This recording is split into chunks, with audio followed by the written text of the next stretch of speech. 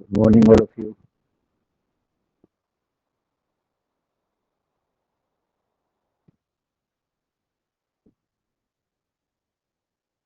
Good morning sir. कौन से post code की क्लास है जी?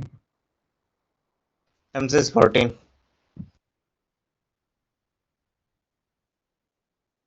MCS 14 या MCS 21?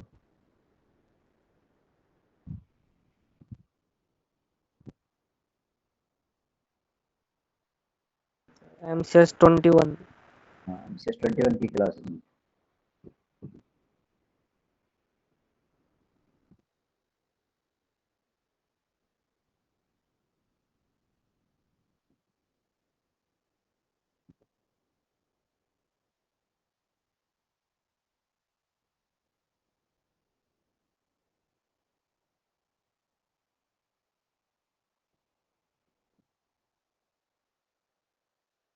सर 14 की लास्ट क्लास है आज। इसके बाद में होगी 14 की 9:30 बजे।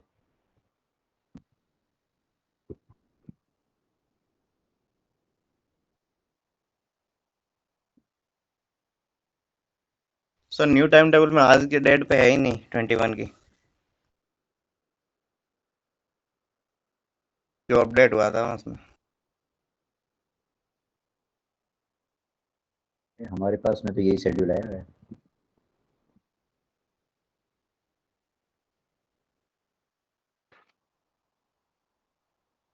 वापस अपडेट हुआ था सर। हमारे पास में जो शेड्यूल है 13 अप्रैल, 3rd मई, 4th मई, 5th मई, 6th मई और 16th मई, ये 21 की क्लास है, 7:30 से 9:30।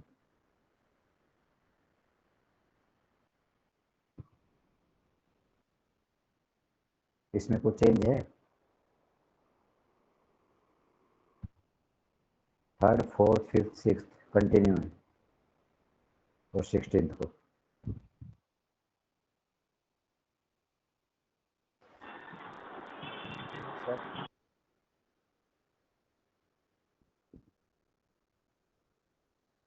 जूम करना जरा, जूम होता है क्या?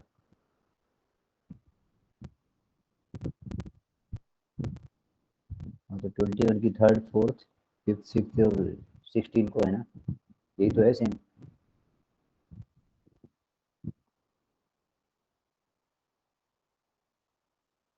यही शेड्यूल है जी हमारे पास भी।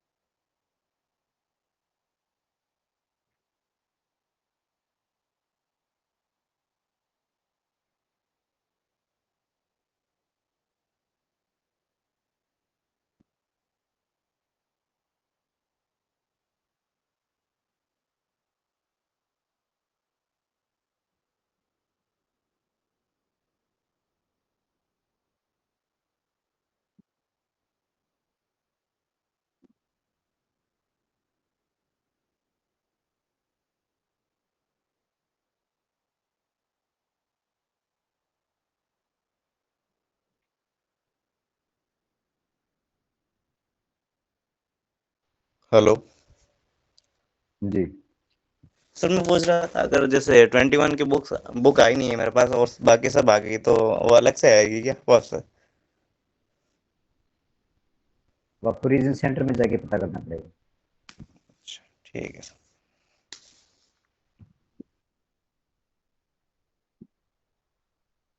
एक मिनट में दोबारा से लॉगिन करता हूँ।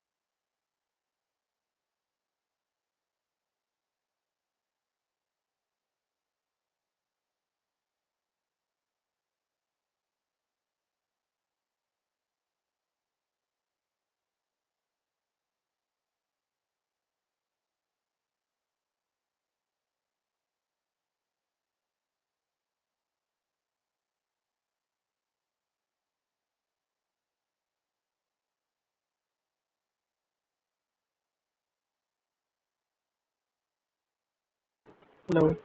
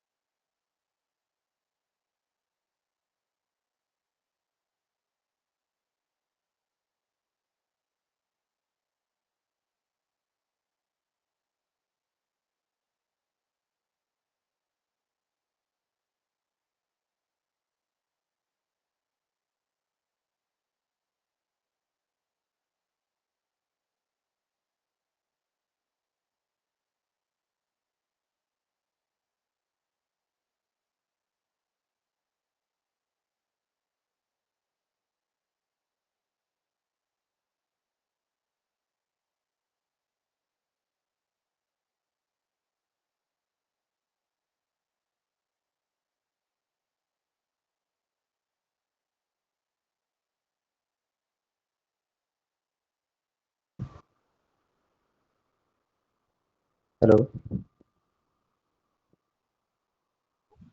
Hi, sir. फाइल शेयर हुई जी? जी सर, विजिबल है।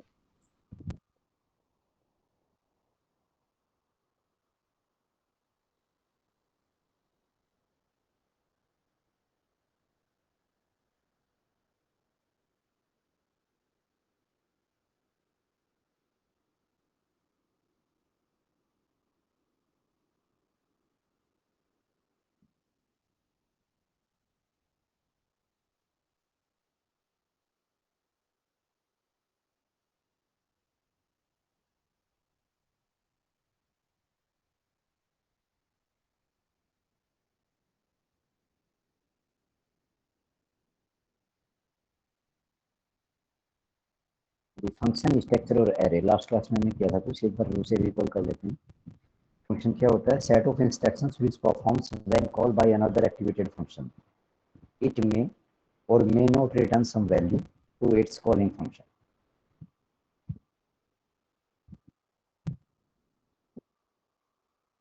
There are two types of function. First one, library function or predefined function. Next, user defined function.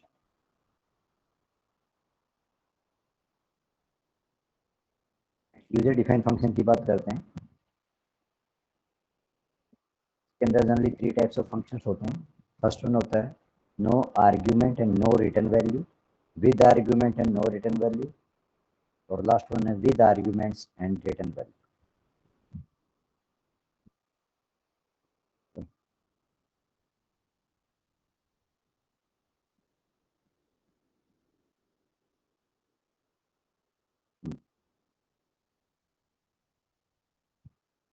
No argument and no return value का example है void sample argument list.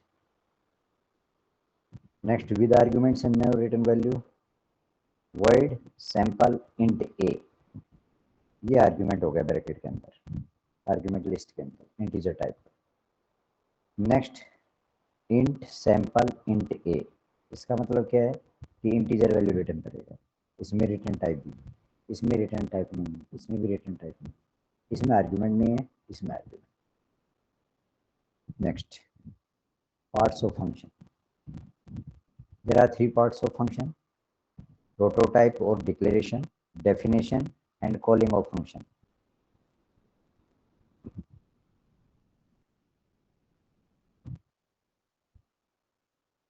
For example, int sum int int, int sum int a int b, sum 2, 3।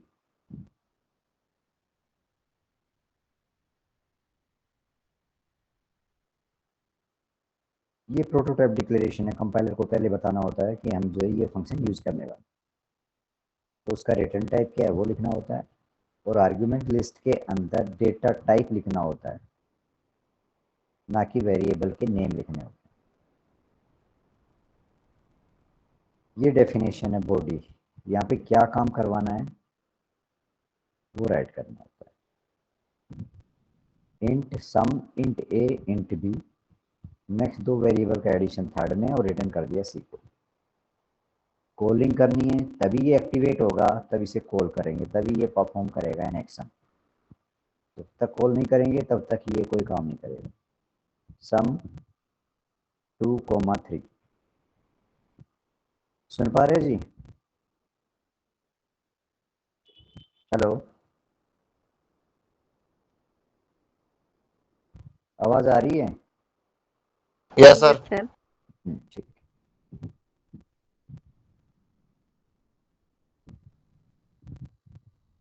ये function के बारे में आपको पता होना चाहिए। बार बार में फंक्शन C++, जावा, कोई भी लैंग्वेज आप पढ़ोगे या डीएस पढ़ोगे, इसके अंदर सब फंक्शंस के थ्रू ही सारा काम हो रहा है। तो ये आपकी फिंगर पे होना चाहिए, इसमें कोई डाउट नहीं होना चाहिए। कहीं पे कोई डाउट है तो अभी पूछ लीजिए। ये फंक्शन, और इतना हमें पढ़ना था फंक्शन के बारे में।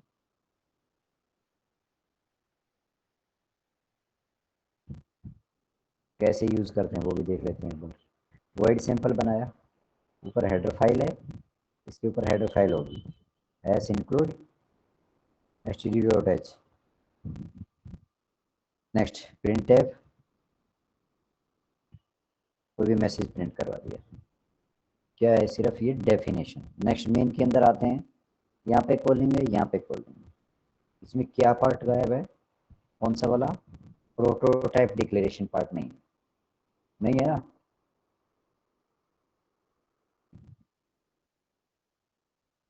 हाँ जी, कौन सा पार्ट गायब है इसमें?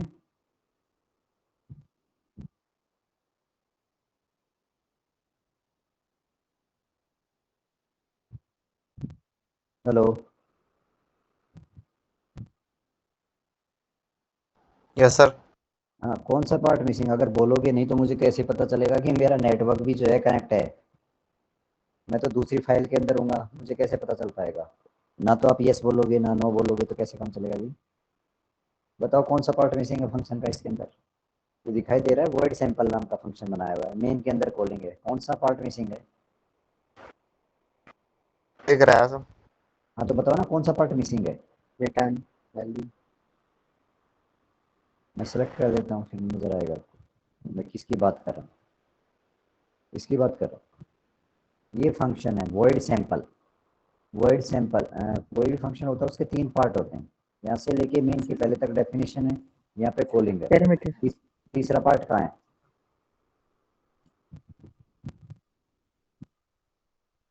क्या इस तरह से कोड राइट करना सही है? Is this code correct?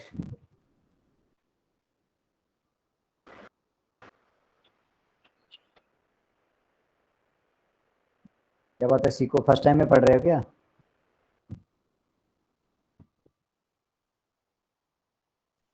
Sir argument pass की नहीं की हुई है इसके अंदर एक तो। क्या नाम सर आपका? नवीन सर। नवीन जी, मैं पूछ रहा हूँ कि फंक्शन के तीन पार्ट होते हैं ना, उसमें से कौन सा पार्ट मिसिंग है? ओके। ये देखो यहाँ से लेके यहाँ तक, ये पार्ट क्या कहलाता है? Definition of the function. Hmm. Definition है, और ये यस दो सर। बार कॉलिंग है। एक ये वाला है और एक ये वाला, दो बार कॉलिंग। ठीक। तो प्रोटोटाइप डिक्लेरेशन कहाँ है?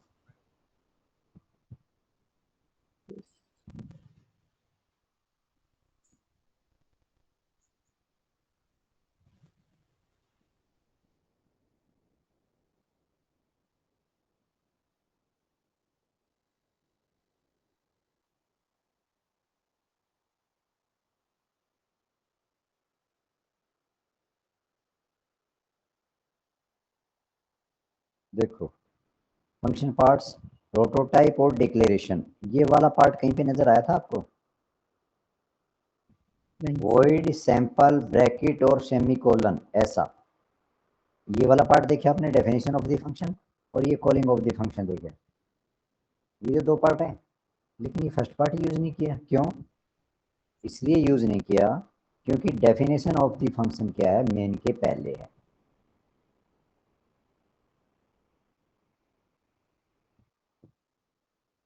Definition of the function main के पहले, तो इस तरह से वी कैन डू। क्लियर? ठीक है, मतलब अगर सर हाँ, ये वाला डेफिनेशन ऑफ फंक्शन अगर मेन के बाद होता तो हमें डिक्लेयर प्रोटोटाइप फिर डिक्लेरेशन पहले इसमें कंपाइलर करना को होता। बताना होता। प्रोटोटाइप ठीक डिक्लेरेशन है, का मतलब यही है ठीक है, कि अगर मेन वैलिडेट करते हो तो कंपाइलर को बताना होगा कि ये वाला नाम का फंक्शन जो हम यूज करने वाले हैं, और इसके आर्ग्यूमेंट के अंदर ये आर्ग्यूमेंट्स हैं, उसका टाइप ये है, और देन इसका रिटर्न टाइप ये है, और टर्मिनेटर लगा दे। क्लियर? देखो, यू मस्ट रिमेंबर, ये फंक्शन एरे स्ट्रक्चर का कॉन्सेप्ट बिल्कुल क्लियर होना चाहिए आपके फिंगर टिप्स पे।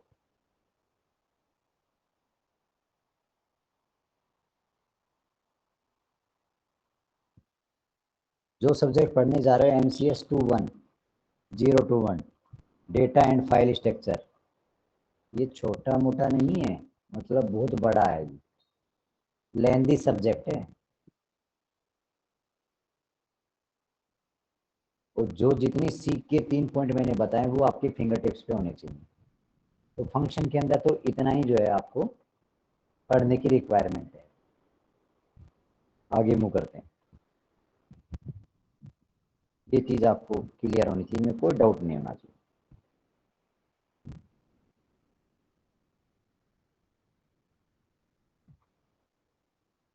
यहाँ पे क्या है, विद आर्ग्यूमेंट्स और नो रिटर्न वैल्यू नाम का फंक्शन बना रखा है डिस्प्ले नाम का, वॉइड डिस्प्ले इंट ए इंट बी, ए और बी की वैल्यू को प्रिंट करवाया हुआ है।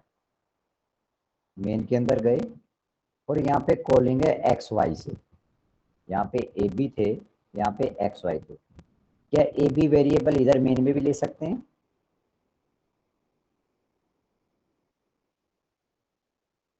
जो ए बी देखिए वेरिएबल डिस्प्ले के अंदर हैं, क्या मेन के अंदर ले सकते हैं सिमिलर नेम के? Yes sir sir. ले सकते हैं, यस सर। क्यों ले सकते हैं? क्योंकि यहाँ पे वेरिएबल का स्कोप जो है डिफरेंट है, और यहाँ पे वेरिएबल का स्कोप जो है डिफरेंट होगा। डिफरेंट है। ठीक है, गुड। नेक्स्ट, एक्स और वाई से कॉल किया, वाई और एक्स से कॉल किया,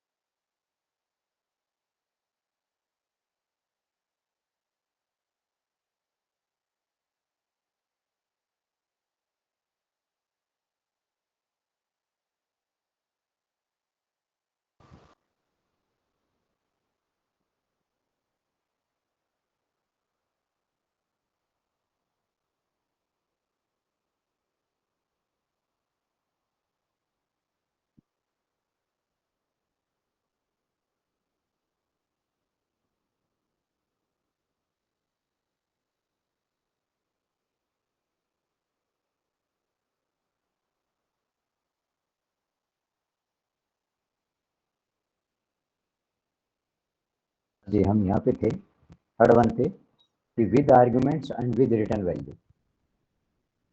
फंक्शन बनाया ग्रेटर नाम का, दो वेरिएबल हैं इंटीजर टाइप की और रिटर्न वैल्यू है इंटीजर।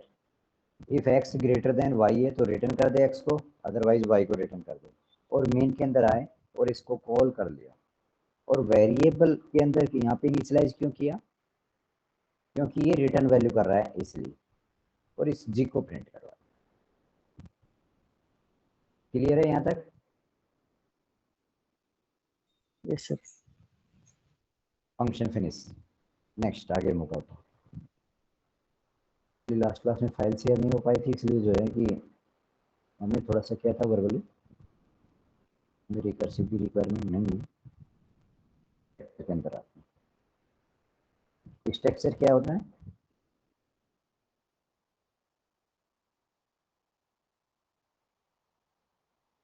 तो collection of different data type variable वही होता है ना स्ट्रक्चर। तो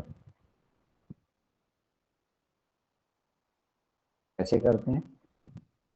स्ट्रक्ट कीवर्ड लेते हैं, देन यूजर डिफाइन नेम होता है, और फिर उसके बाद में उसके अंदर जो कलेक्शन होता है like char name, int ID, float salary, कुछ भी है, और एक ब्लॉक बना देते हैं जो ब्रेसेज ओपनिंग एंड एंडिंग करते हैं, ये एक ब्लॉक बन जाता है, इसको ब्लॉक बोलते हैं, और टर्मिनेट कर देते हैं सेमीकोलन से।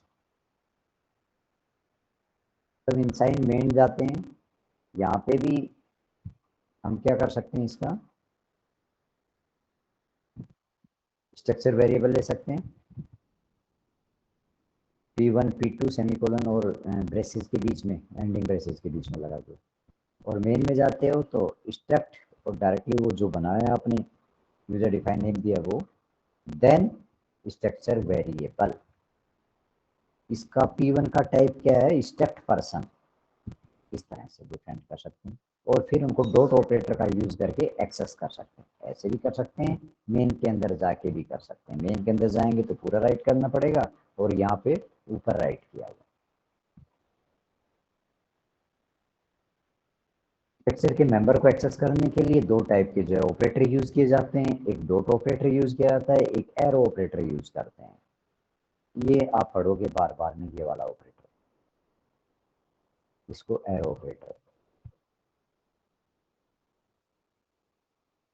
डॉट आप पढ़ चुके हो पीछे कि किसी भी स्ट्रक्चर के मेंबर को एक्सेस करना है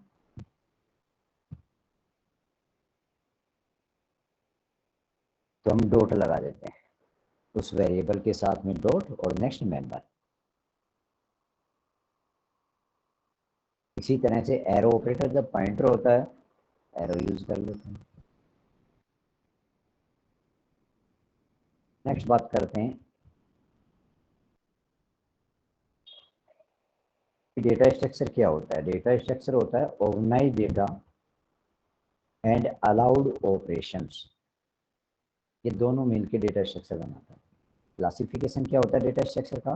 अकॉर्डिंग टू अरेंजमेंट, किस तरह से अरेंजमेंट करें, लीनियर वे में या नॉन लीनियर वे में, एरे या tree. Next, according to data type, homogeneous, non homogeneous. Hello, yes sir, yes sir, yes sir. According to data type, homogeneous, non homogeneous. Homogeneous में क्या होते हैं? सिमिलर टाइप डेटा एलिमेंट्स होते हैं like array. Non homogeneous में like structure, जैसे पढ़ के आए होंगे, collection of different data type variable. According to memory location, static fix कर दें एक बार, या रन टाइम में हम चेंज कर सकें डायनेमिक। नेक्स्ट आता है एरे।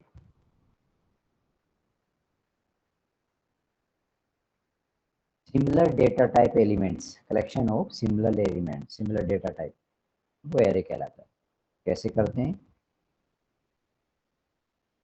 डिक्लेयर, किस तरह से करते हैं? इस तरह से करते हैं कि हम वहाँ पे एक स्क्वायर ब्रैकेट लगा देते हैं और उसके अंदर कितने एलिमेंट चाहिए उनकी नंबर राइट कर देते हैं।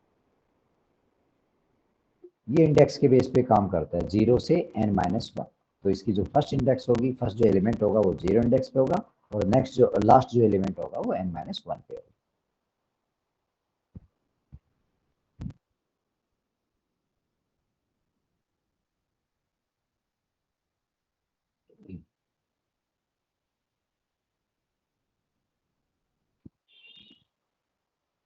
ये जो स्क्वायर ब्रैकेट होता है ये बताता है कंपाइलर को कि हम जो है डील करने वाले हैं एरे के साथ में। और ये वेरिएबल को सब स्क्रिप्टेड वेरिएबल भी बोलते हैं। जब भी हम एरे के साथ में डील करते हैं तो वहाँ पे हमें एक लूप की रिक्वायरमेंट होती है। 0 से लेके n-1 तक लूप चलाते हैं और जहाँ पे लूप के अंदर जो वेरिएबल होता है उसको स्क्वायर ब्रैकेट के अंदर राइट कर देते हैं जिससे कि इंडेक्स के ऊपर काम किया जा सके, इसलिए लूप लगाते हैं। स्टोर कर देते हैं, वैल्यू को प्रिंट करवाना है तो फिर उसी तरह से करते हैं। ठीक है, इस तरह से हम एरे में काम करते हैं। एरे का इनिशियलाइजेशन करना है तो इस तरह से डायमेंशन जो है ऑप्शनल होता है। Int m square bracket equal curly braces के अंदर वैल्यू डाल। ठीक है, यहाँ तक क्लियर है? हेलो,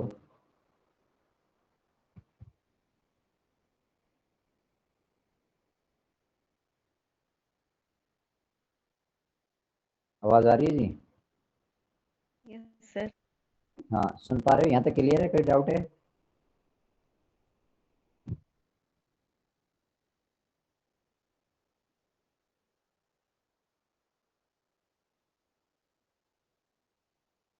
लास्ट क्लास में आए थे बच्चे वही हैं या कुछ नए बच्चे आए हैं जी?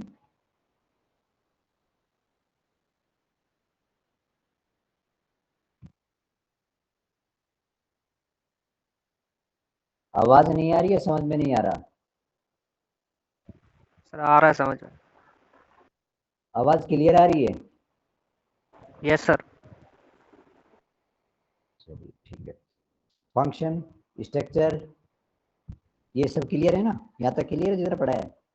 ये पहले कर चुके हो आप, कोई नई चीज नहीं है, लेकिन इसलिए कर रहे हैं कि जिससे कि एक बार रिकॉल करके आगे मूव कर सको आप।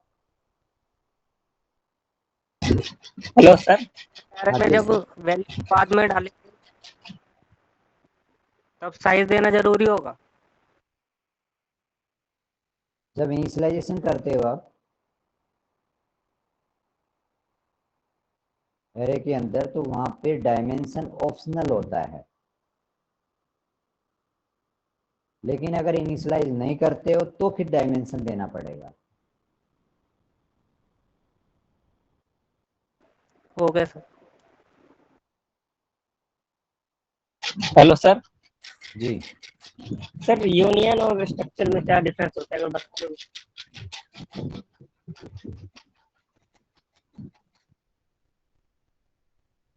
भाई ऐसे ऐसे क्वेश्चन पूछो तो समस्या हो जाएगी। अब बताओ जी, आप लोग किसी को पता है यूनियन और स्ट्रक्चर में क्या डिफरेंस होता है? स्ट्रक्चर तो पढ़ चुके हो, यूनियन क्या होता है वो बता दो, फिर क्लियर हो जाएगा।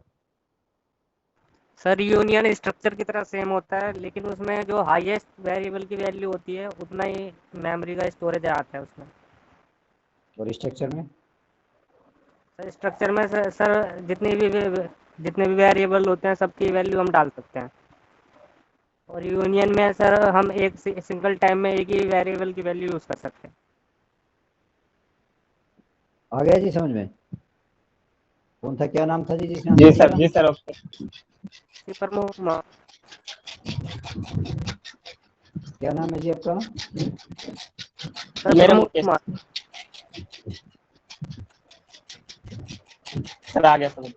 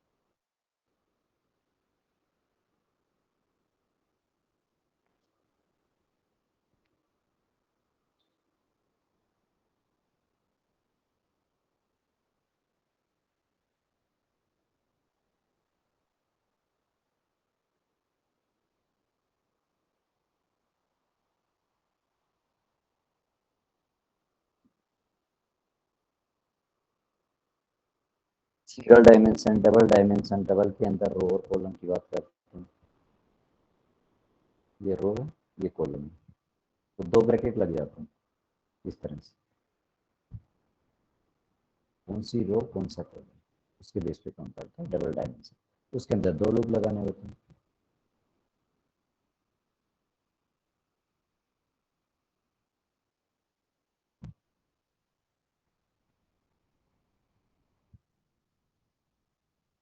एरे पे ऑपरेशन कर देते हैं, इंसर्शन एंड डिलीशन ऑपरेशन। एक एग्जिस्टिंग एरे है और इसके अंदर एक न्यू एलिमेंट जो है ऐड करना है।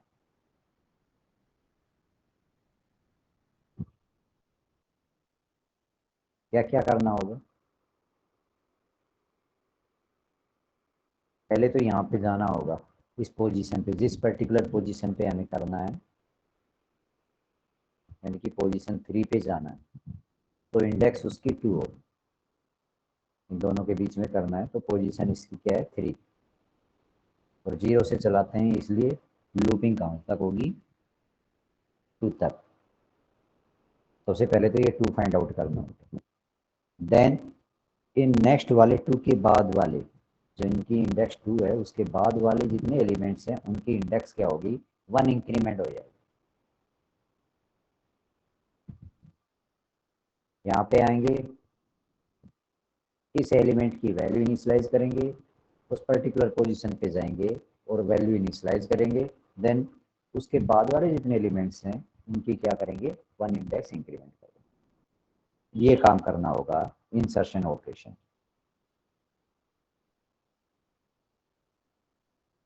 कहता है इंडेक्स विल चेंज हो जाएगी, कोई भी एरे है i+1 इक्वल आई, जिनकी आई इंडेक्स थी उसके अंदर 1 इंक्रीमेंट कर दी,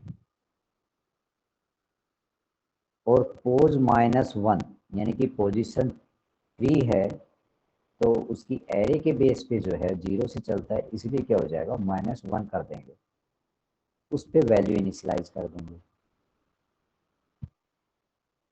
लूपिंग कहाँ तक चलाएंगे, पोजीशन -1 तक। अगर लास्ट से चलाते हो आप और बैक आते हो फर्स्ट तक या पोजीशन तक, तो फिर n-1 आई में इनिशियलाइज करेंगे और next i greater than equal to pos -1, तब तक ये चलता रहेगा जब तक इसको पोज -1 नहीं। ये 3 काम करने इंसर्शन ऑपरेशन। क्लियर, जिनकी आई इंडेक्स थी वहां पे i+1 कर देंगे,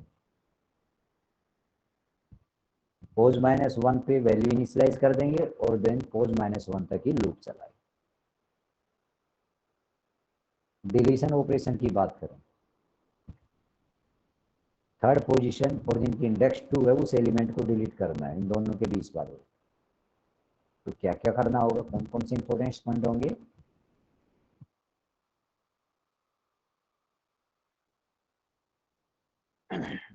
अब इन वाले की इंडेक्स जो है वो क्या हो जाएगी, i+1 है वो i में चेंज हो जाएंगे, एक घट जाएगी, तो i+1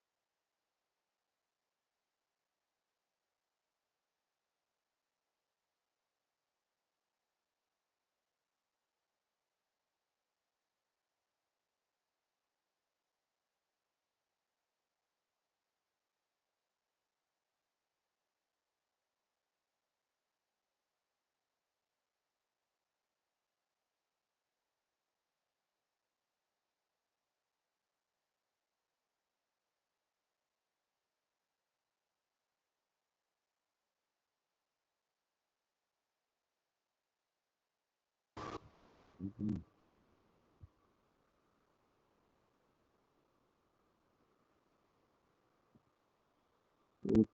का इशू है कुछ, बार बार में डिस्कनेक्ट हो रहा है।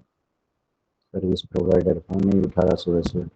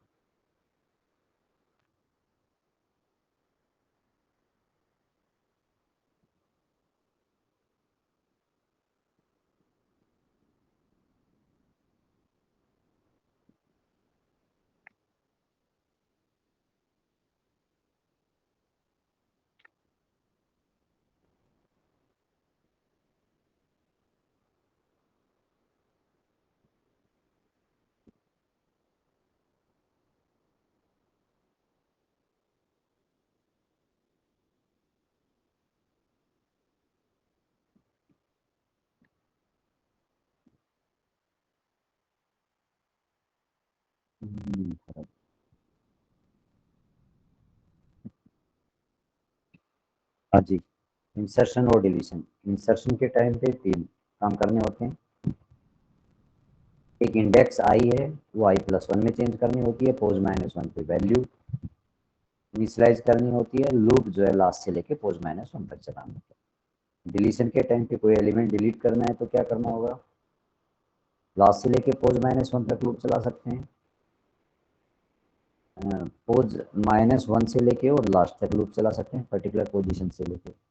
नेक्स्ट, जो एरे i+1 है, यानी कि जो इनकी इंडेक्स है वो क्या हो जाएगी, जैसे ही एलिमेंट कम होगा तो इनकी इंडेक्स कम हो जाएगी, तो i+1 की i में चेंज हो जाएगी। ये 2 काम करने होंगे, वैल्यू इनिशियलाइज नहीं करनी होती है डिलीशन के टाइम। ठीक है,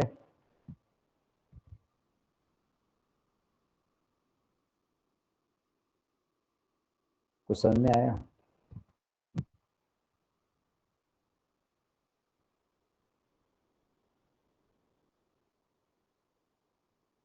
आगे मूव करें। हेलो, सर इंसर्शन एक बार और बता दो। हाँ,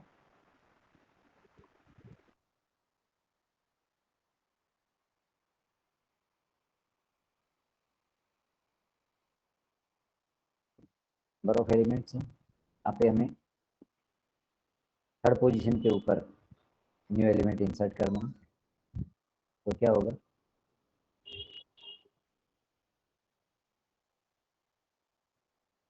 कि जो ये नेक्स्ट एलिमेंट्स हैं इसके बाद में, न्यू के बाद में,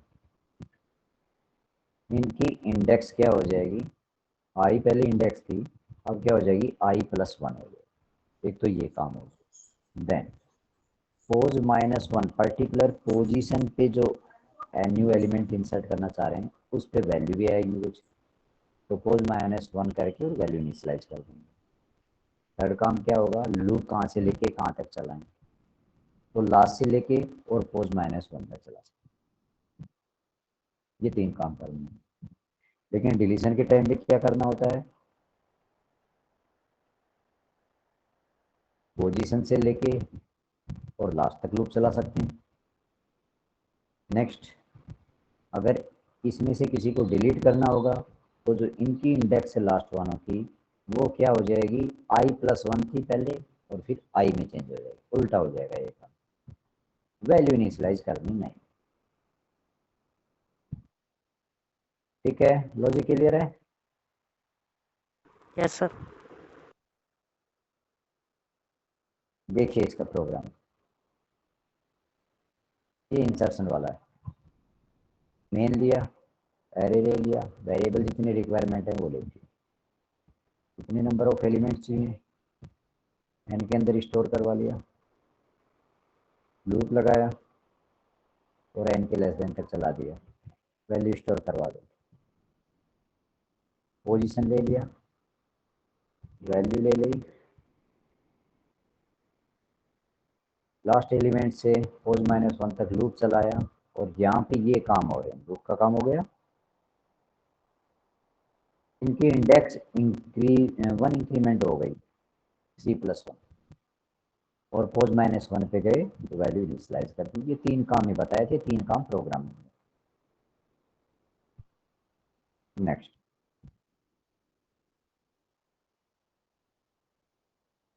डिवीजन के टाइम पे क्या होगा? काम वैसे ही करना है।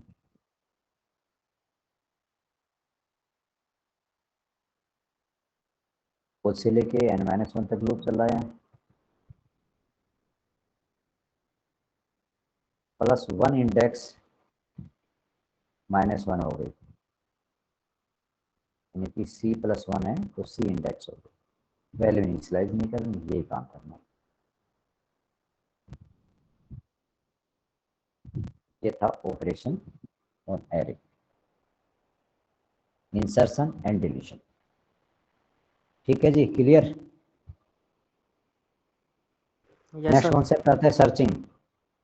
अगर हमारे पास में एलिमेंट्स हैं और we want to search, there are two ways. First one linear searching, next one binary searching. Linear searching क्या होती है? वन बाय वन हमारे पास में जो एलिमेंट्स हैं उनको वन बाय वन सर्च करना है। किस तरह से नंबर ऑफ एलिमेंट्स हैं, वैल्यू गिवन है 5, 13, 4, 10, 11 और 10। 10 जो आइटम की वैल्यू है उसको हमें सर्च करना है कि कहाँ पे है इस लिस्ट के अंदर। तो क्या करेंगे, 10 को 0 इंडेक्स पे कंपेयर करवाएंगे, क्या ये तो नहीं है, क्या ये तो नहीं है, क्या ये तो नहीं है, क्या ये तो नहीं है, क्या ये। अगर फर्स्ट टाइम भी मिलता है तो उसका जो टाइम होगा, टाइम कम्प्लेक्सिटी, वो सबसे मिनिमम होगा, वो बेस्ट केस होगा। बेस्ट, वर्स्ट और एवरेज, ये 3 केस होते हैं। और अगर सबसे लास्ट में मिलता है तो वो वर्स्ट केस माना जाता है, सबसे मैक्सिमम टाइम लगता है, और बेस्ट का मतलब मिनिमम टाइम लगता है। ठीक है।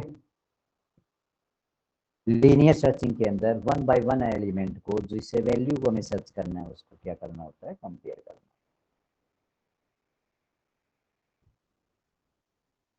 छोटा अगर नंबर ऑफ एलिमेंट्स कम है तो अच्छा काम करता है, लेकिन जैसे ही अगर नंबर ऑफ एलिमेंट ज़्यादा हो जाते हैं तो फिर प्रॉब्लम क्रिएट करने लग जाता है, टाइम ज़्यादा लेने लग जाएगा अगर लास्ट इंडेक्स पे होगा तो।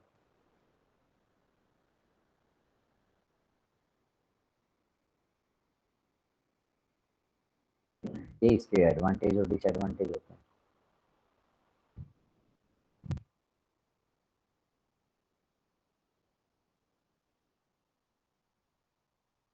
कैसे काम करना होता है, ये 4-5 काम करने होते हैं जी इस लीनियर सर्चिंग के लिए।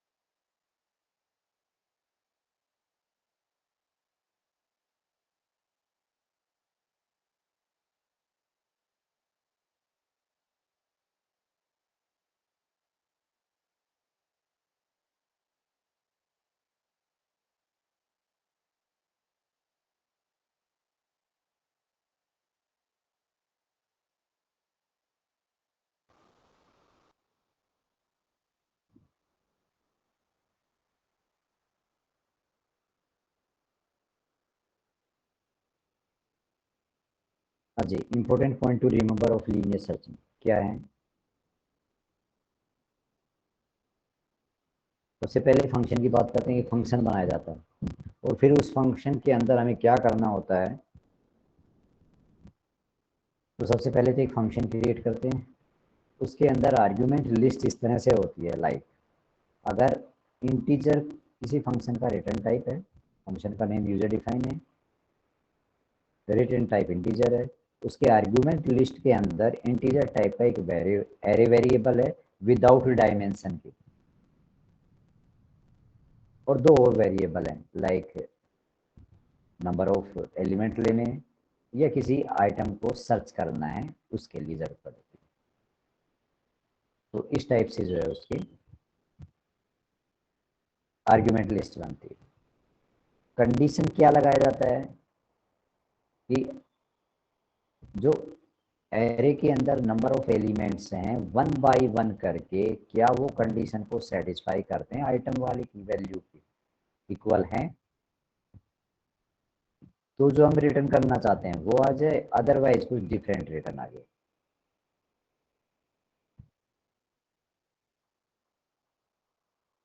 रिटर्न टाइप है integer. Hello hello, yes sir. हाँ सुन पा रहे हो ना? जी सर। एक्चुअली आज इंटरनेट का कुछ इशू हो रखा है, इंटरनेट वाला फोन पिक नहीं कर रहा है, बार बार मुझे है कि कनेक्ट और डिस्कनेक्ट हो रहा है, तो इसलिए मैं बार बार में बोलता हूँ आपको कि सुनाई पड़ पा रहा है नहीं। नेक्स्ट, फंक्शन की कॉलिंग कैसे करें?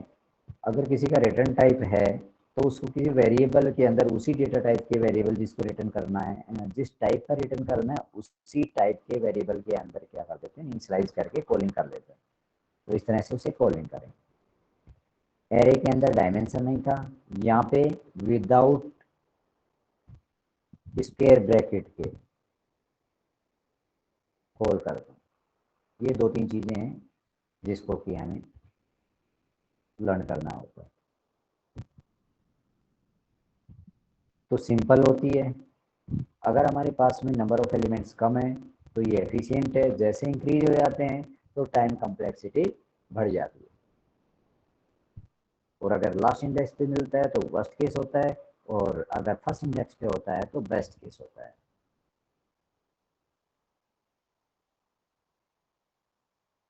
क्लियर है linear searching? Yes sir. Program देख लीजिए एक बार इसका।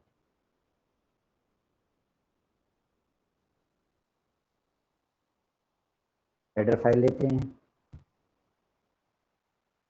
डायरेक्ट डेफिनेशन राइट कर रखी है, फंक्शन का नेम है जिसका रिटर्न टाइप इंटीजर है, और ये आर्ग्यूमेंट लिस्ट है। सेम उसी तरह से नंबर ऑफ एलिमेंट्स के लिए एन, जिसको सर्च करना है वो आइटम इंटीजर टाइप का है, और एरे भी इंटीजर टाइप का है विदाउट डायमेंशन के।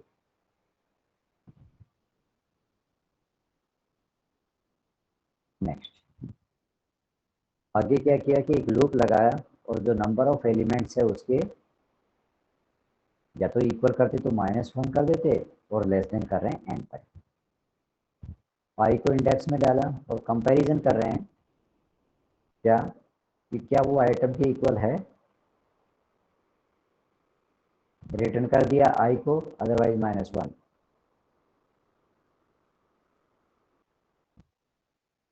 ये कॉन्सेप्ट है लीनियर सर्चिंग का। सिंपल है, आपके लैब के अंदर भी पूछ लेता है, थ्योरी के अंदर भी पूछ लेता है। कुछ स्टेप्स लिखो, कोड याद है कोड राइट कर दो, थोड़ा सा एक्सप्लेन कर दो। मेन के अंदर जाओगे, ये मेन आ गया, वर्ड मेन। अब इस साइड में आओगे लेफ्ट में, सर अगर लूप में पहले मिल गया तो लूप तो पूरी चलेगी, तो सर इसमें ब्रेक का वो लगा सकते हैं फॉर लूप में?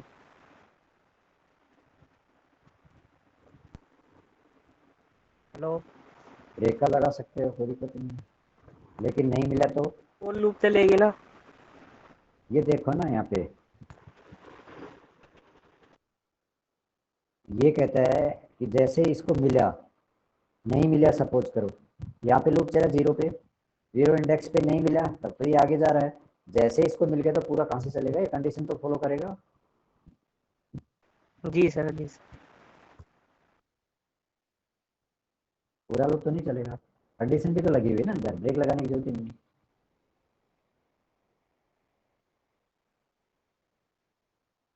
मेन के अंदर आएंगे और मेन के अंदर कॉलिंग देखिए, कॉलिंग कैसे, कोई एरे ले लिया, नंबर ऑफ एलिमेंट्स ले लिए 10, और वहाँ पे जो है उनकी वैल्यू स्टोर करवा ले। नेक्स्ट प्रिंट भी करवा लिया उनको। यहाँ पे ये कॉलिंग है, ये तो एरे का काम था सारा ऊपर का। मेन कॉन्सेप्ट कहाँ पे आया है, कॉलिंग का यहाँ पे। जैसे कंपेयर करवा रहे हैं कि क्या ये -1 है, अगर -1 है तो नहीं मिलेगा, अदरवाइज मिलेगा, उसकी लोकेशन हम करवा देंगे, और लोकेशन क्या होगी, J+1। ठीक है, क्लियर। Yes sir. जी सर। किसी को कोई डाउट है?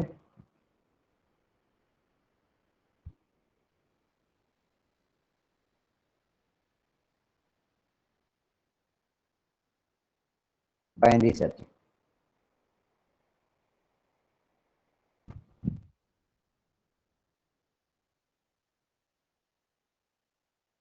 बाइनरी सर्चिंग के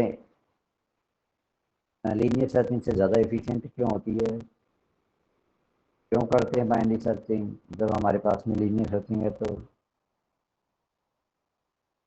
बाइनरी जो सर्चिंग होती है वो शॉर्टेड एरे पे यूज की जा सकती है, फास्ट होती है लीनियर सर्चिंग की बजाय।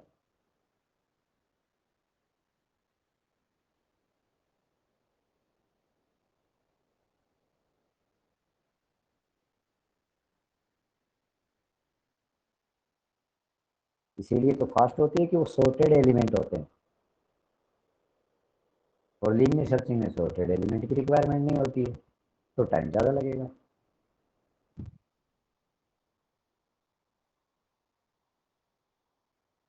क्या क्या काम करना होता है, पहले हमें वेरिएबल कुछ डिक्लेयर करने होते हैं, जिसको लोअर अपर मिडिल अपने बेस पे जो है LUM करके कुछ भी दे सकते हैं, जिसको भी जो है रीडेबिलिटी बढ़ सके।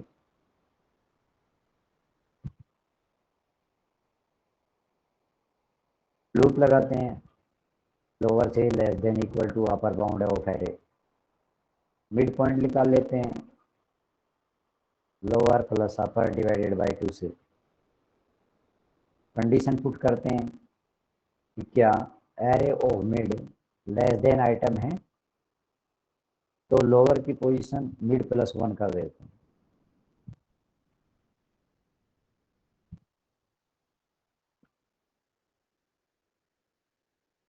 अदरवाइज क्या इसके इक्वल है तो मिड को रिटर्न करवा देते हैं, यहाँ पे ब्रेक कर देते हैं।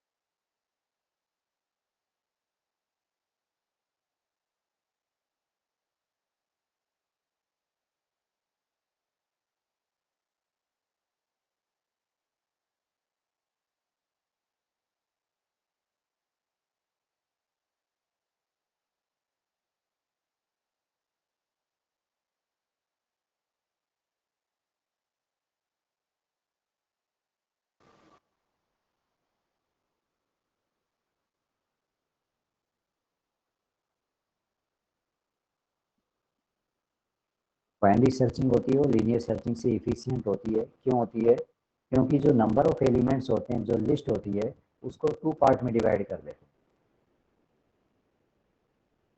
2 पार्ट में डिवाइड कर देते हैं। या तो एलिमेंट डायरेक्ट मिड पॉइंट के ऊपर है, कंपैरिजन करते हैं कि क्या मिड पोजीशन पे है। अगर मिड पोजीशन पे होता है तो बेस्ट केस होता है, अदरवाइज उस मिड पोजीशन से लोअर वाले पार्ट में या अपर पार्ट में,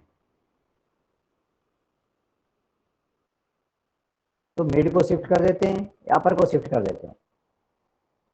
यानी कि अगर अपर पार्ट में है तो लोअर को लेके जाते हैं, मिड +1 कर देते हैं, और अगर लोअर पार्ट में है तो क्या कर देते हैं?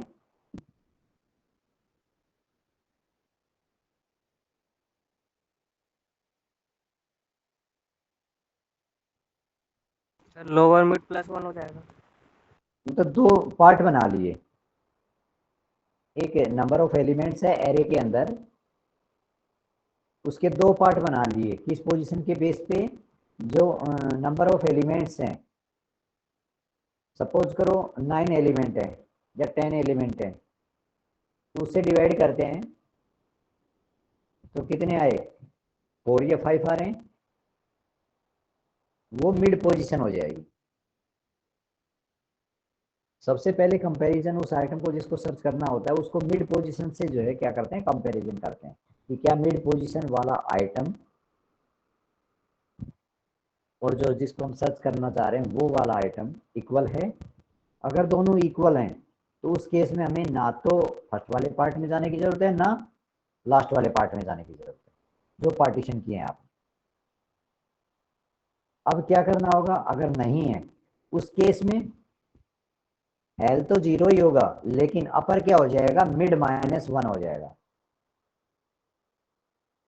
और एल से और मिड -1 तक जो है सर्च करना होगा। अदरवाइज क्या करना होगा?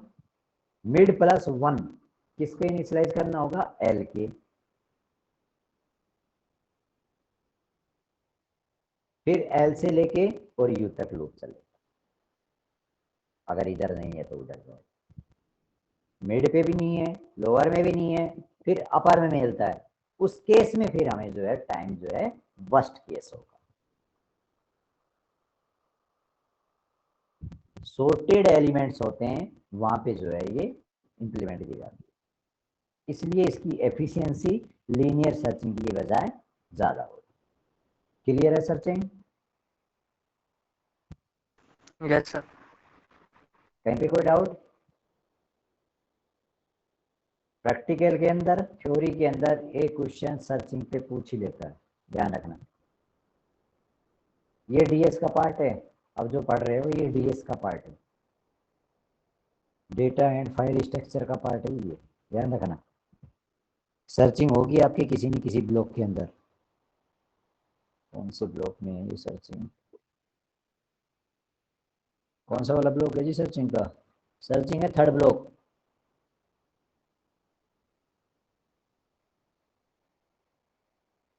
थर्ड ब्लॉक है जी, उसके अंदर आपको दोनों सर्चिंग मिलेंगे, और मैंने इसको अच्छी तरह से समझाने की कोशिश की है आपको कि क्या क्या पॉइंट जो है इंपॉर्टेंट, जिसको कि हमें समझना होता है, और प्रोग्रामिंग से किस तरह से हम कर सकते हैं, लॉजिक क्या होता है। ठीक है, आगे मूव करें। Yes sir. Yes sir.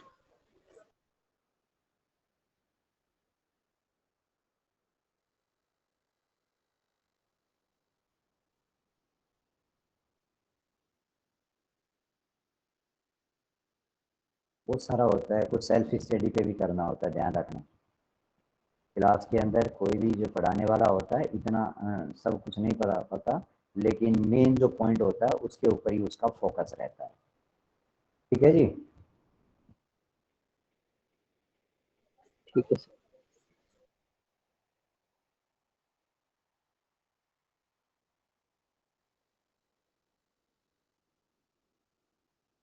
मैं आगे कुछ करना है कंप्यूटर के अंदर, डिग्री लेनी है सिर्फ, या आगे कुछ मूवमेंट करनी है, तो फिर हमारा बेसिक जो स्ट्रक्चर है, जो फाउंडेशन है, वो मजबूत होनी चाहिए। शॉर्टिंग तो आज हम करवाएंगे नहीं जी आपको। हो गया हमारा सर्चिंग वाला पॉइंट, हो गया एरे वाला पॉइंट, हो गया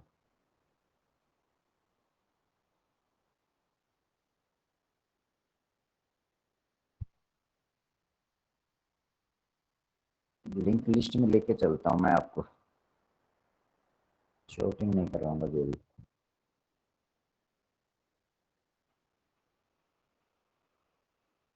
तो आ जाएगी समझ में, कोई दिक्कत नहीं है, जो फिर काम कर रहा है सारा।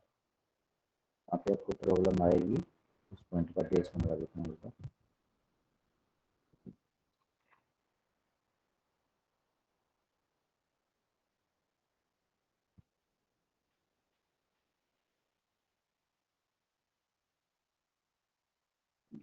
लिस्ट ऊपर इंडेक्स में देखता हूँ।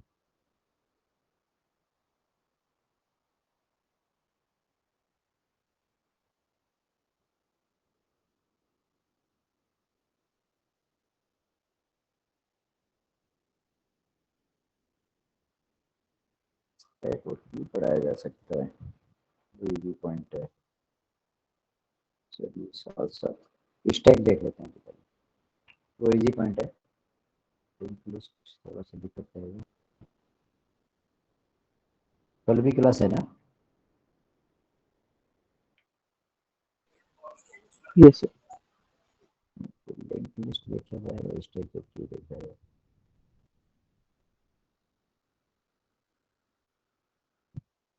तो जहाँ पे कंफ्यूजन हो जाए ना, वहाँ पे थोड़ा सा रुक जाना, पूछ लेना। पॉइंट अब जो है कुछ न्यू पॉइंट आएंगे आपके लिए ना, तो ध्यान रखना। लिंक लिस्ट ही ले लेता हूँ पहले, जिससे कि आपको आगे दिक्कत ना हो।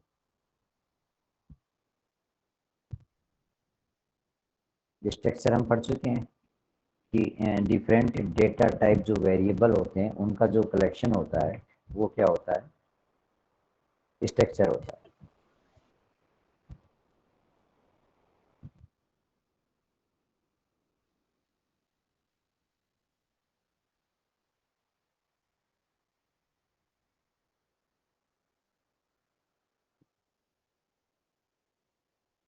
नेक्स्ट यहाँ पे बना रखा है कि स्ट्रक्चर सेल्फ कितने वेरिएबल हैं जी इसके अंदर? सीरियल नंबर, नेम, एज, 3 और एक यहाँ पे पॉइंटर दे रखा है। सेल डिस्ट्रिक्ट। इसी की वजह से इस स्ट्रक्चर को सेल्फ रेफरेंशियल स्ट्रक्चर बोल देते हैं।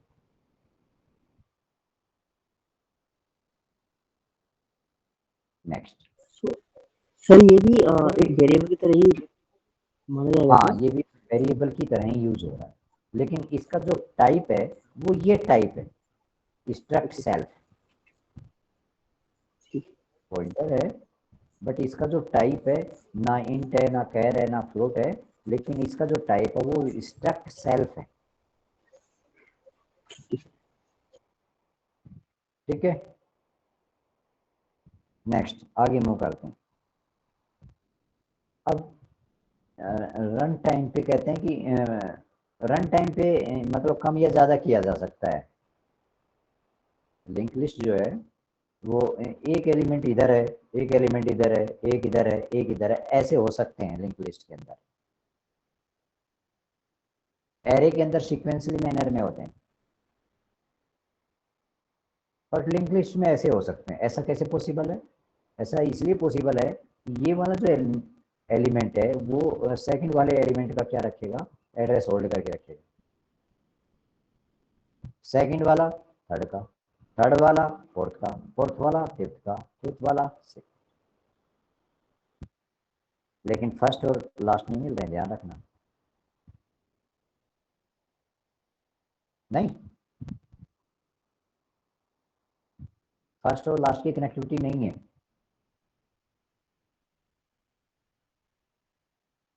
Hello, yes sir, first class की नहीं। हाँ,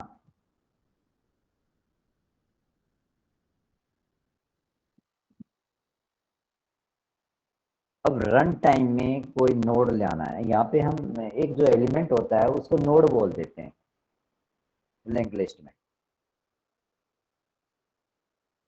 उसके लिए मेमोरी एलोकेट करनी होती है रन टाइम में कि कितना स्पेस लेगा मेमोरी के अंदर। For allocating memory we can use malloc method.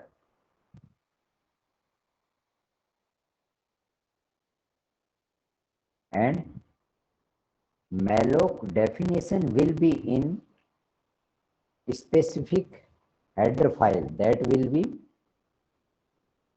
these are stdlib.h, alloc.h, malloc.h, इनके अंदर इनकी डेफिनेशन मिलती है। malloc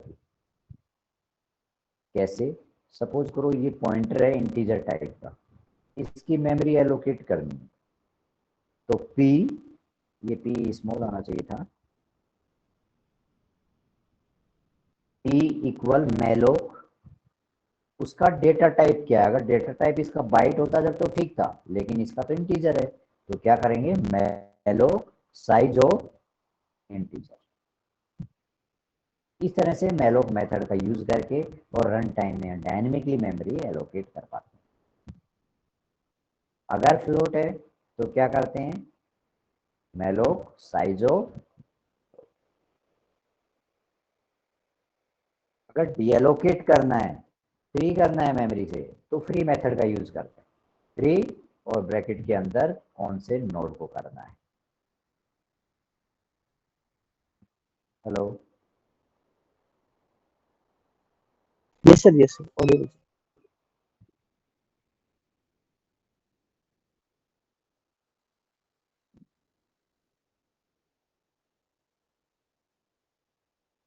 यहाँ पे नोड की बात करते हैं। थोड़ा सा जी मन लगा के थोड़ा सा सुनना, क्योंकि अब ये सारे आपके लिए न्यू पॉइंट आ रहे हैं। ठीक है, जहाँ पे समझ में ना आए वहाँ पे काइंडली पूछ लेना, क्योंकि ये अगर डायग्रामेटिकली लॉजिक अगर क्लियर हो जाता है इनका आपको, तो 3 टाइप की आएंगी आगे लिंक लिस्ट। अगर एक टाइप की लिंक लिस्ट समझ जाते हो आप, तो किसी भी टाइप की लिंक लिस्ट की चेन बना सकते हो, और अगर एक समझ में नहीं आई तो फिर इम्पॉसिबल है कि बाकी 2 भी समझ में आए। ठीक है, बाकी तो बहुत सारे नोट्स और बहुत सारी जो है वीडियो मिल जाएंगी, कोई प्रॉब्लम नहीं है, लेकिन जब क्लास के अंदर बैठे हो तो टाइम तो दे ही रहे हो, समझ लीजिए। हो सकता है कि कुछ ऐसी भी चीज़ आ जाएंगी जो कि कहीं पे ना मिल पाए, तो कुछ ना कुछ हेल्प कर देगा आपको। तो 2 पार्ट होते हैं नोड के, एक इंफॉर्मेशन पार्ट और दूसरा address part. Information part value को होल्ड करके रखता है, और एड्रेस पार्ट जो इमीडिएट नेक्स्ट नोड होता है उसका एड्रेस होल्ड करके रखता है। ठीक है जी।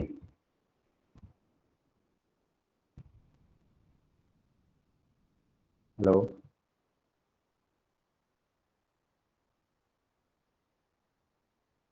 जी सर क्लियर है।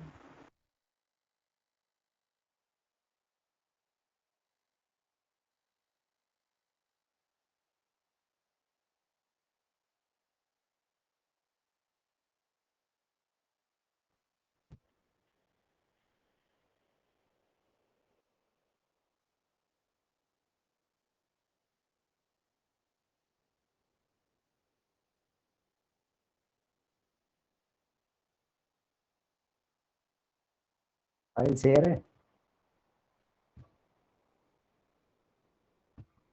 Hello, yes sir share. हाँ, नोड के 2 पार्ट होते हैं, information part, address part. Information part value address, value hold करके रखता है उसी नोड की, और एड्रेस जो पार्ट होता है वो नेक्स्ट जो नोड होता है उसका जो है एड्रेस होल्ड करके रखता है। टाइप ऑफ लिंक लिस्ट का 3 types of link list, linear, singly link list, doubly link list and circular link list. Single link list की बात करते हैं तो कैसे काम किया जाता है। एक सेल्फ रेफरेंशियल स्ट्रक्चर बनाते हैं उसी तरह से, और उसके अंदर इंटीजर वैल्यू ले लेते हैं और एक पॉइंटर ले लेते हैं। ये बन गया एक स्ट्रक्चर। इस स्ट्रक्चर को हम अपनी प्रोग्रामिंग में यूज करते हैं। नेक्स्ट, एक नया नोड आता है जिसके दो पार्ट होते हैं। इसके अंदर कुछ इंटीजर वैल्यू स्टोर करवानी होती है और इसके अंदर नेक्स्ट जो इमीडिएट नोड होता है उसका एड्रेस होल्ड करके रखना होता है।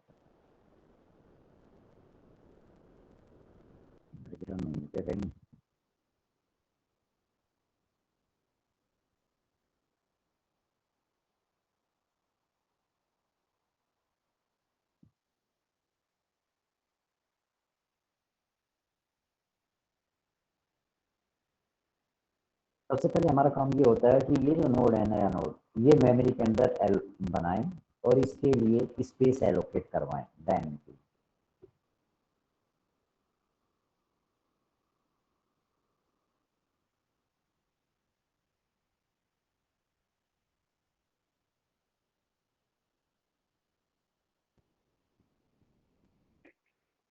तो वो काम कैसे करना होता है जी? मेलोक मेथड का यूज करके। जैसे सबसे मेलक पहले से स्पेशल हाँ, सबसे पहले सेल्फ रेफरेंशियल स्ट्रक्चर बना लिया, उसके अंदर इंटीजर जो वेरिएबल लिया है इंटीजर टाइप वो वैल्यू स्टोर करवाने के लिए, और ये वाला जो लिया है वो एड्रेस होल्ड करवाने के लिए।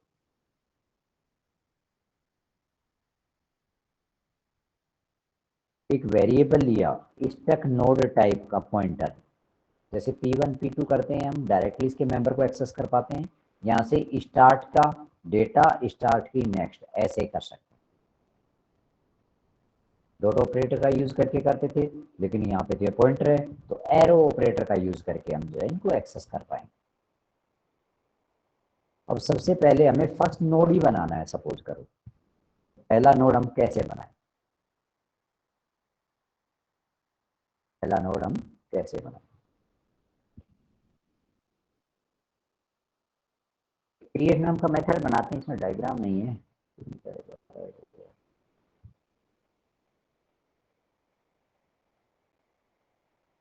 देखिए तो नया नोड ले रहे हैं या कहीं पे लास्ट को पॉइंट कर रहे हैं, तो उसका जो टाइप है वो सेल्फ रेफरेंशियल स्ट्रक्चर का टाइप होगा, यानी कि स्टक नोड वाला। नया नोड बनाने जा रहे हैं तो मेमोरी ये इस टाइप का एक नोड बनाने जा रहे हैं, उसकी मेमोरी एलोकेट करेंगे मेलोक मेथड से। मेलोक साइज ऑफ उसका डेटा टाइप क्या है, स्टक नोड है, और यहाँ पे क्या हो गया, स्टक नोड पॉइंटर, ये हो रहा है। इस तरह से मेमोरी एलोकेट कर। नेक्स्ट डेटा वाले पार्ट के अंदर, इन्फो वाले पार्ट के अंदर, यहाँ पे डेटा वेरिएबल ले लिया, यहाँ पे इन्फो ले रखा है, यानी कि ये इन्फो होना चाहिए था। न्यू नोड की इन्फो, ये एरो ऑपरेटर यूज किया हुआ है। अगर हम इन्फो को एक्सेस करना चाहते हैं, यहाँ पे प्रोग्राम के अंदर शायद डेटा ही होगा, ये डेटा है।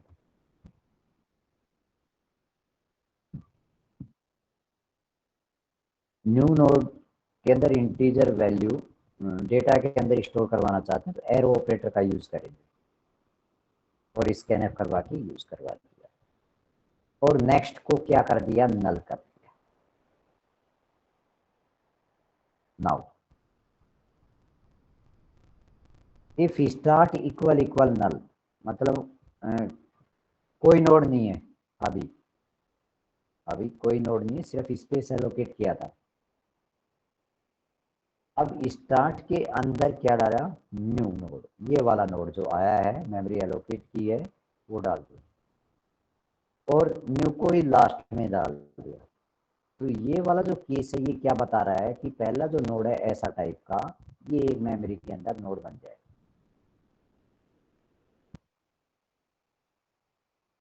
अगर ये नोड बन चुका और इसके बाद में दूसरा नोड बनाना है, अगर इसके बाद में दूसरा कोई नोड बनाना है लाइक इस टाइप से,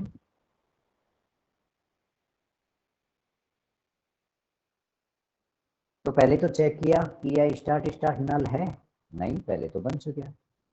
अगर बन चुका है तो एल्स वाले पार्ट में जाना होगा, और एल्स वाला पार्ट क्या कहता है, क्या कहेगा एल्स वाला पार्ट,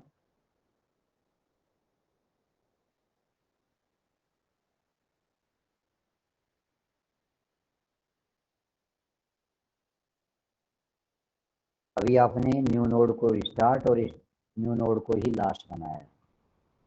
ये कहाँ से आए हैं? 2 पॉइंटर सेल्फ रेफरेंशियल टाइप के लिए हुए थे, उनसे इनको एक्सेस कर पा रहे हैं और उनके अंदर जो है हमें आगे पॉइंट करने के लिए, उनके लिंक करने के लिए इनको यूज कर रहे हैं।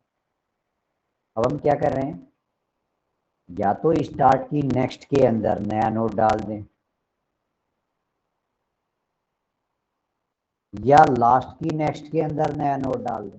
बात एक ही है, एक ही नोड था, उसको स्टार्ट और लास्ट दोनों बना दें।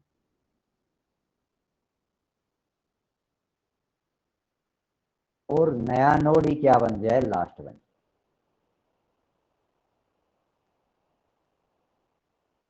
अब आता रहेगा, ये थर्ड वन आएगा, फिर एल्स वाले पार्ट में आएगा, न्यू नोड जो है इसकी नेक्स्ट में जाएगा और नेक्स्ट न्यू नोड ही लास्ट बन जाएगा। लास्ट जब तक यूजर चाहेगा तब तक ये चेन बनती रहेगी। अगर डिस्प्ले करवाना है, जो हमने लिस्ट बनाई है उसको डिस्प्ले करवानी है तो किस तरह से करवाएं। अब हमें मेमोरी एलोकेट करवाने की जरूरत नहीं है। ये नया नोड लिया, स्टार्ट था हमारे पास में, उस स्टार्ट को कहाँ पे डाल दिया, न्यू नोड के अंदर। क्या न्यू नोड नल है या नहीं है, तब तक ये लूपिंग चलती रहे।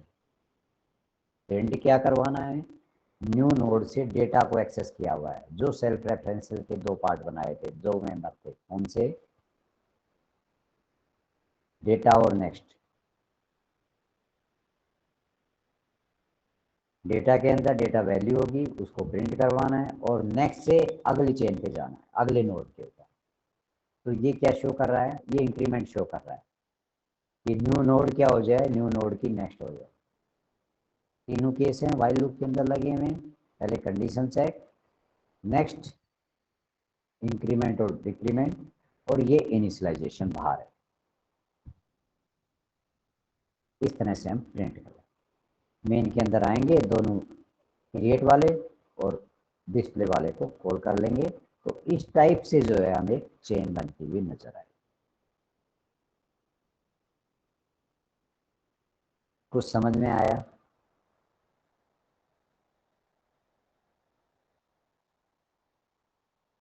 हेलो सर थोड़ा थोड़ा हरा है sir, we will study sir. ठीक है, बाकी लोगों को?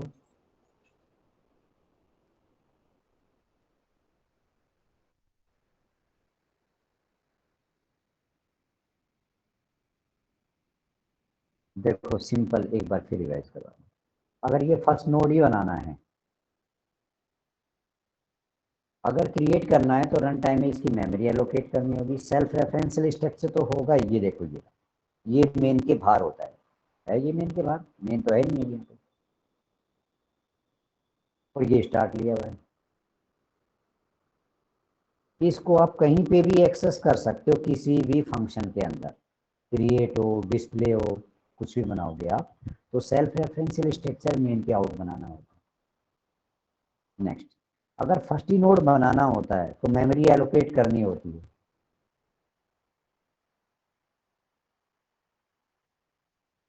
ये मेमोरी एलोकेट करने का फंडा है यूजिंग मैलोक मेथड। फिर इसके अंदर डेटा के अंदर कुछ स्टोर करवाना है, तो नया नोड बनाने जा रहे हैं। नया नोड डेटा को किस तरह से एक्सेस कर पाएगा, यूजिंग एरो ऑपरेटर, आइकन है और ग्रेटर देन।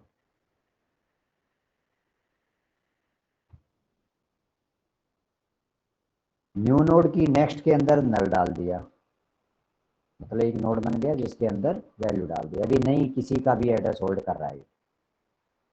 अब कंपैरिजन के अंदर जाएंगे, हमने स्टार्ट यहाँ पे लिया हुआ है, ये स्टार्ट लिया हुआ है, अभी नल डाला है।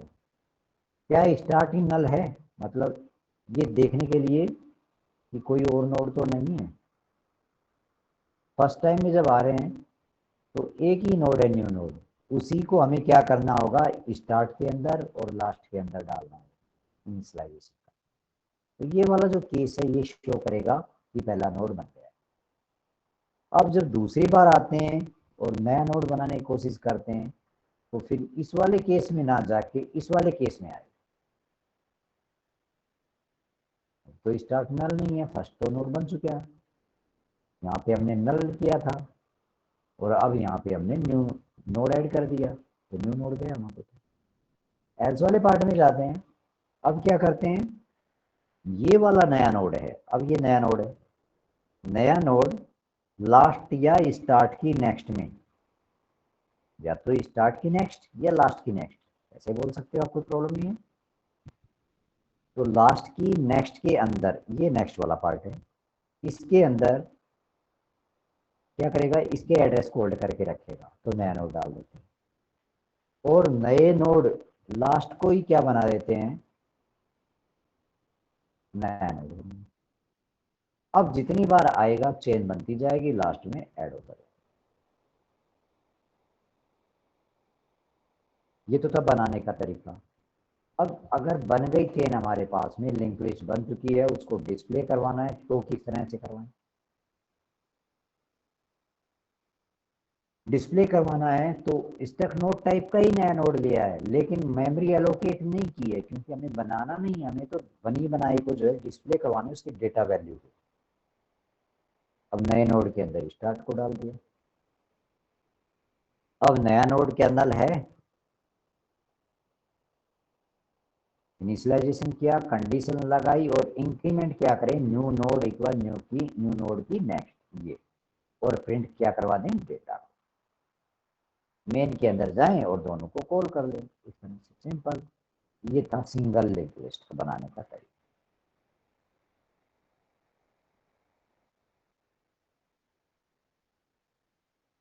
अब बताओ जी, कुछ समझ में आया।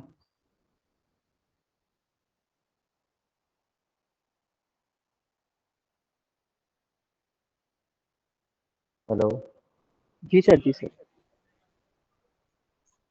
नवीन जी बोल पा रहे हैं जी, बाकी सो गए क्या।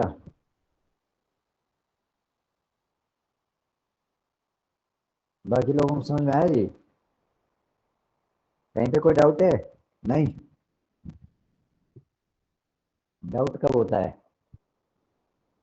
डाउट तो तब होता है ना जब भी कुछ पढ़ते हैं, नहीं, कुछ पढ़ते हैं जब डाउट होता है, अदरवाइज तो डाउट ही नहीं होता, सब कुछ ठीक है जी।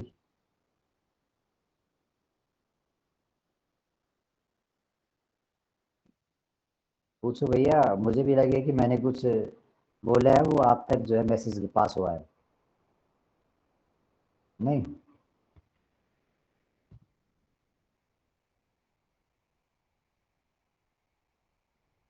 इसका मतलब क्लियर है आप लोगों को, पहले पढ़ चुके हो आप, लग रहा है शायद।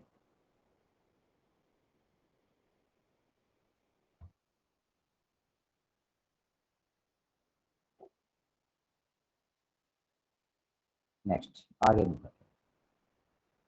ये थी एक सिंगल लिंक लिस्ट बनाई है और उसको डिस्प्ले किया है।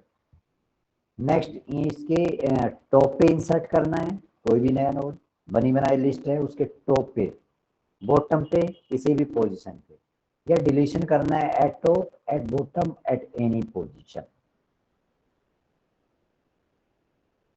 अगर हम टॉप पे करते हैं तो उसका क्या लॉजिक होगा, इस तरह से ये डायग्राम है, ये लिस्ट बनी हुई है और ये नया नोड है और यहाँ पे ऐड करना है, तो इसका लॉजिक क्या होगा। सेम उसी तरह से नया नोड की मेमोरी एलोकेट करेंगे, क्योंकि नया नोड आ रहा है, मेमोरी तो एलोकेट करेंगे।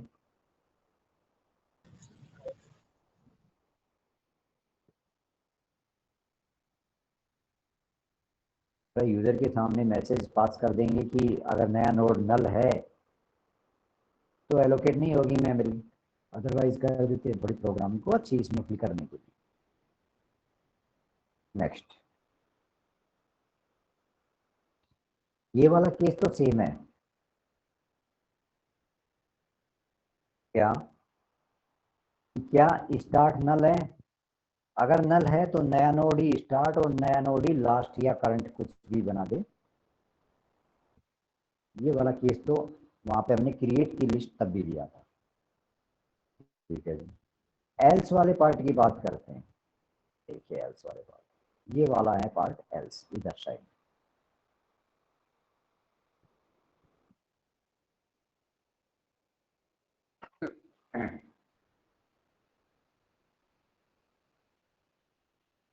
क्या करता है, एल्स वाले पार्ट में गए, न्यू नोड की नेक्स्ट को क्या बना दिया,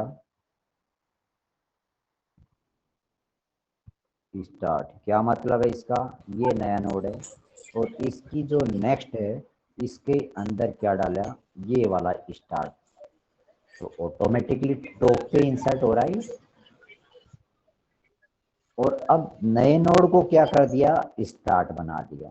दो काम किए सिंपली, ये जो नया नोड है मेमोरी एलोकेट की, फिर इफ वाला पार्ट तो सेम सा ही है कि अगर नया नहीं है स्टार्ट तो उसी को स्टार्ट और उसी को लास्ट बना दिया।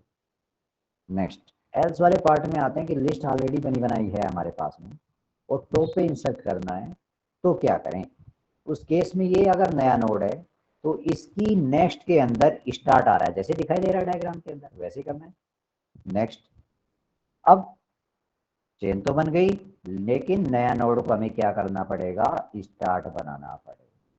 ये दो जो लाइन है ये कोड की आपको बता रही है कि आप टॉप पे इंसर्ट कर रहे।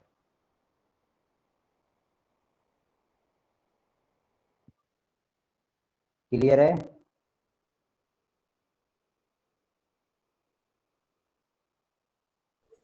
हेलो, या कहीं पे कोई डाउट है?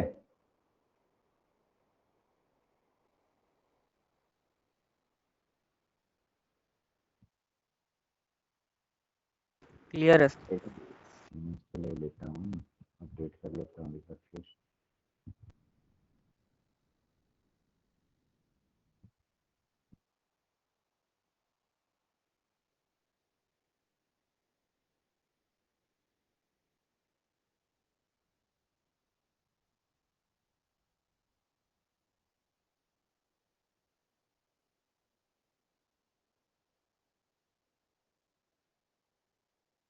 क्लियर है जी यहाँ तक?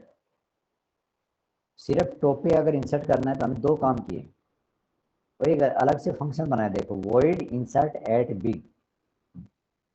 बिगनिंग वाला, कुछ भी यूजर डिफाइन फंक्शन है, कोई नेम जो है दे सकते हैं, और इसके अंदर ये कोडिंग हो रही है।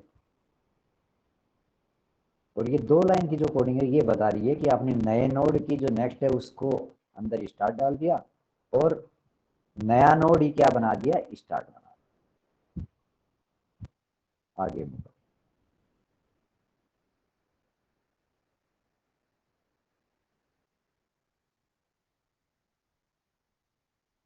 एंड पे करना है। अगर एंड पे इंसर्ट करना है तो वो वाला केस क्या होगा, अब एंड पे तो जाना पड़ेगा, सबसे पहले एंड को सर्च करना पड़ेगा। एंड कैसे, एक टेम्परेरी लिया हुआ है यहाँ पे, एक नया नोड लिया हुआ है, एक करंट या लास्ट लिया हुआ है। नए नोड की मेमोरी को एलोकेट की है जैसा हम करते आ रहे हैं।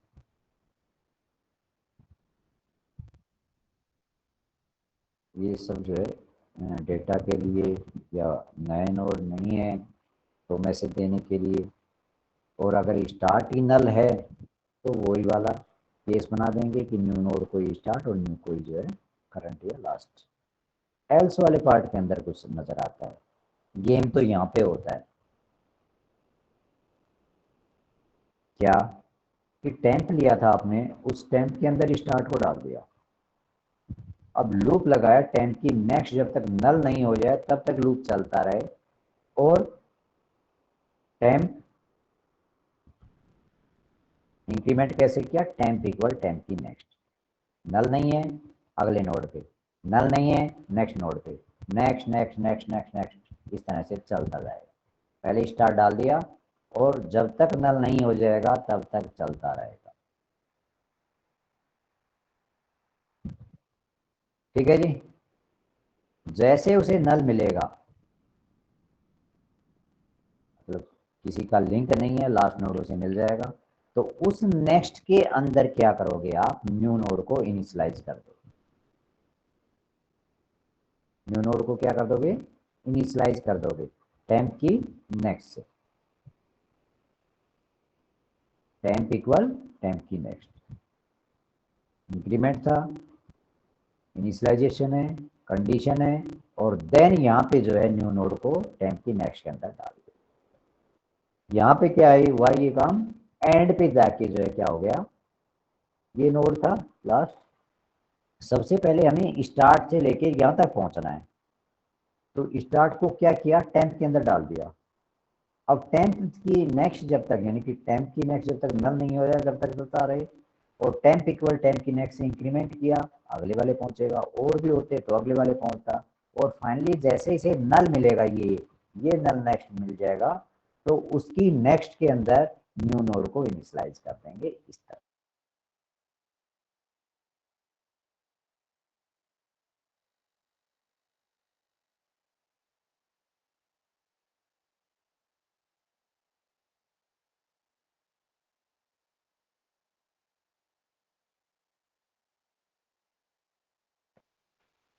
कहीं पे कोई डाउट है जी?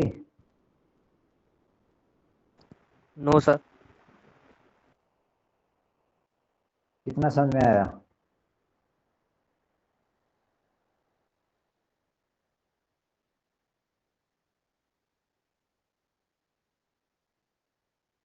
टॉप बॉटम लिस्ट बनाई है सिंगल लिंक लिस्ट की, इतना क्लियर है?